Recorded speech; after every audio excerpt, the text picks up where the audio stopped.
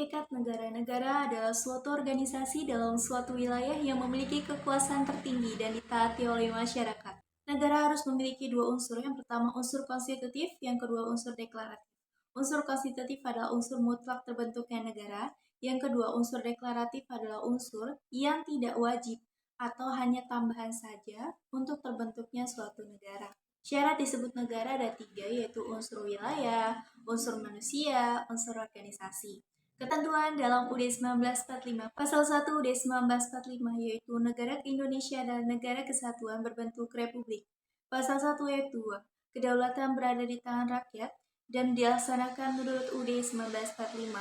Pasal 1 ayat 3, UUD 1945 itu adalah negara Indonesia adalah negara hukum.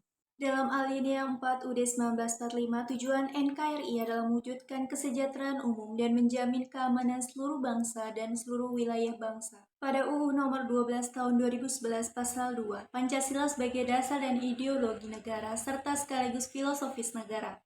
Sehingga setiap materi muatan peraturan perundang-undangan tak boleh bertentangan dengan nilai-nilai yang terkandung dalam Pancasila. A. Secara yuridis ketatanegaraan. Pancasila merupakan dasar negara Republik Indonesia sebagaimana terdapat pada pembukaan UUD 1945. B. Secara historis diawali dari sidang BPUPKI dengan demikian jelas kedudukan Pancasila itu sebagai dasar negara. Secara sosiologis kita perlu melihat pokok-pokok moral yang tercantum dalam nilai-nilai kelima sila Pancasila. Keempat, dapat dilihat dari ketentuan pasal 1 ayat 2 dan di dalam pasal 36A, pasal 1 ayat 2 terkandung makna bahwa Pancasila menjelma menjadi asas dalam sistem demokrasi konstitusional. Konsekuensinya Pancasila menjadi landasan etik dalam kehidupan politik bangsa. B. Pancasila merupakan asas kerohanian. Pembukaan UUD 1945 merupakan hakikat kedudukan yang tetap dengan jalan hukum tidak dapat diubah. Dengan demikian, pembukaan UUD 1945 tidak dapat diubah. Hal ini dapat dilihat pada pasal 37 UUD 1945, amandemen keempat, ayat 1-5, hanya berisi ketentuan perubahan pasal-pasal UUD 1945, bukan pembukaan UUD 1945.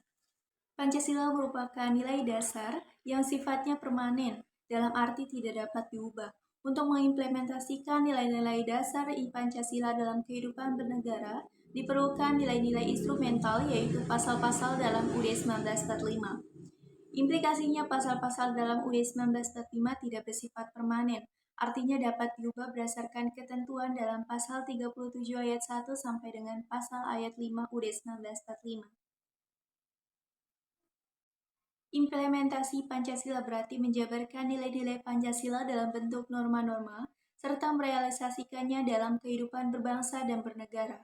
Ada dua macam implementasi Pancasila. Yang pertama, implementasi Pancasila dalam ketatanegaraan adalah pelaksanaan nilai-nilai Pancasila dalam penyelenggaraan negara, baik legislatif, eksekutif, dan yudikatif maupun bidang ketatanegaraan lainnya.